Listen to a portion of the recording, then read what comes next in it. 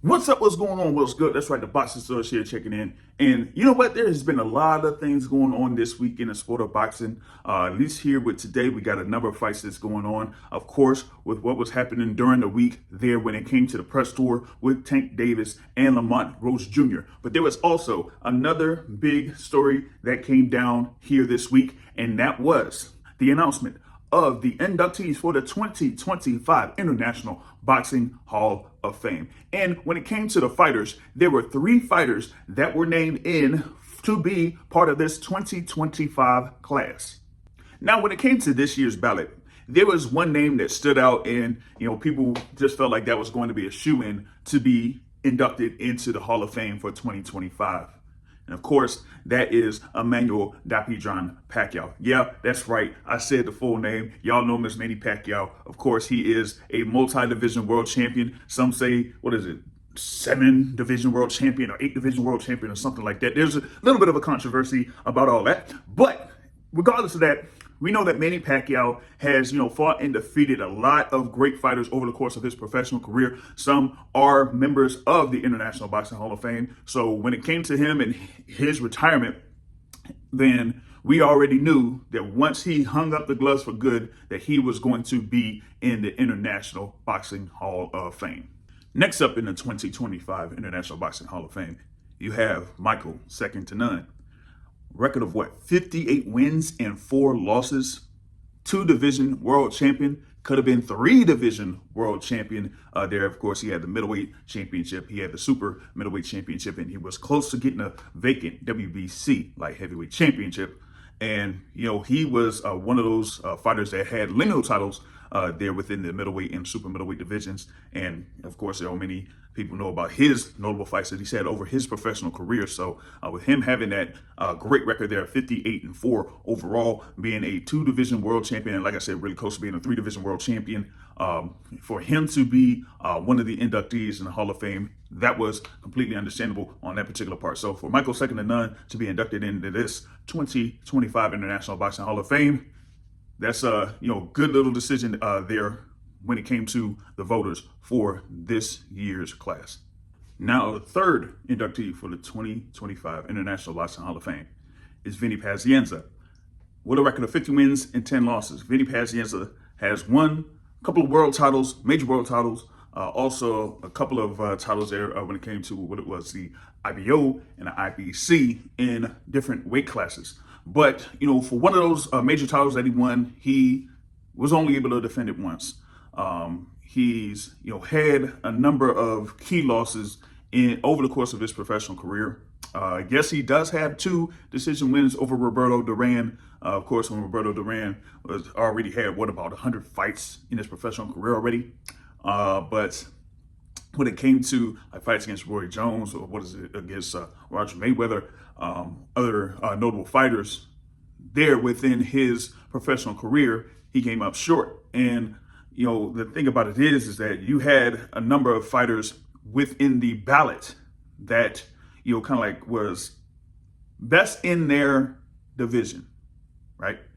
And also had notable fights. Shout out to Cliff Road there, of course, notable boxing writer, boxing columnist, and a boxing historian.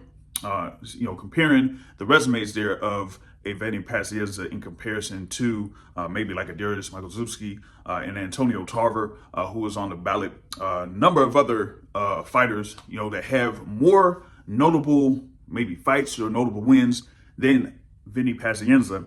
And they weren't able to get the amount of votes there to become part of the 2025 class. But Vinny Pazienza is. Now, the immediate reaction to this announcement is that Vinny Pazienza being inducted is almost like when you had Arturo Gatti inducted into the International Boxing Hall of Fame. But, at the very least with Arturo Gatti, right, you already know who he's fought. You already know about the trilogy with Mickey Ward. You already know about, him facing Floyd Mayweather Jr., even though, that was a loss. You have the thing there where he fought with Oscar De La Hoya. And of course, that Carlos guy that I don't, reference his full name because of, of course, what he did. But at least there you have a level of recognition as far as what Arturo Gatti did over the course of his professional career. Here with Vinny Pazienza, yes, he had 60 professional fights, pretty much 60 professional fights, but it's like there could have been better cases for other fighters to be part of this 2025 class over Vinny Pazienza. So it kind of like goes into just going back to what Cliff Road has been talking about over the course of the past few days, that once you got to Manny Pacquiao, who kind of like is what I would say, near unanimous choice to be inducted into the International Boxing Hall of Fame. You know, that's almost like a Derek Jeter or like a Mariano Rivera in baseball Hall of Fame, right? So Manny Pacquiao was, of course, a shoo-in to be in the Hall of Fame. Like we already knew that once his last fight took place. What was that, against Yordenis Ugas? So with that being said, now you got to think about who else would a number of these voters select to be part of the Hall of Fame. And so I guess after it was Manny Pacquiao, then it really got fragmented when it came to votes for these people that are part of that voter bracket there for the Hall of Fame. So I guess that's the explanation there for Vinny Pazienza to getting into this particular class. I guess he got the most votes out of the group of fighters that were part of that ballot.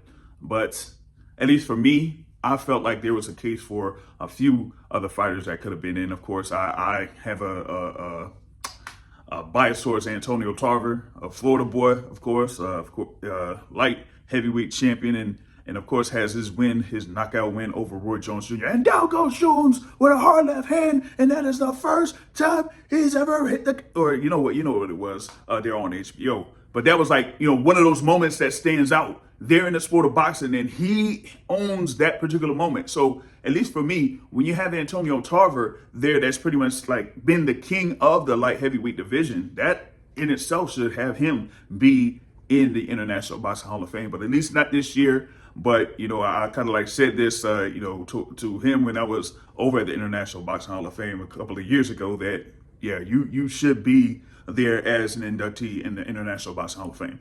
It won't happen here in 2025, but let's see if it will happen in 2026. But with Vinny Pazienza, yeah, I've heard a number of people kind of be not in favor of that.